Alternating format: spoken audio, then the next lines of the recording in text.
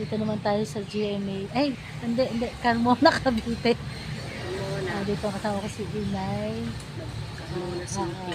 Dito na kami muna ngayon. Nagpapalamig-lamig. Si ICI. Ganda ng lugar nila. Ito yung bahay-bahayan nila dito. Ay, si Kuya. Hindi kasi magawa ng bahay na maganda. Ito, titigagawa ang ng napakalaking Ang bahay. ganda ng lugar nila. Dito yung kainan. Dito yung kainan. Tapos natin yung tindahan sa unahan. Ayan. Sarap dito, oh. Doon na, daming puno. Ayun, mga puno nila ng may papaya, may puno ng mangga. Mayaman to si ate. May atis. Kaya lang, maliliit pa sila. May itil-itil. May bayabas din po. Ay, oo, maliliit pa. Pero ang sarap dito sa kanilang lugar. Shoutout po kay Misay.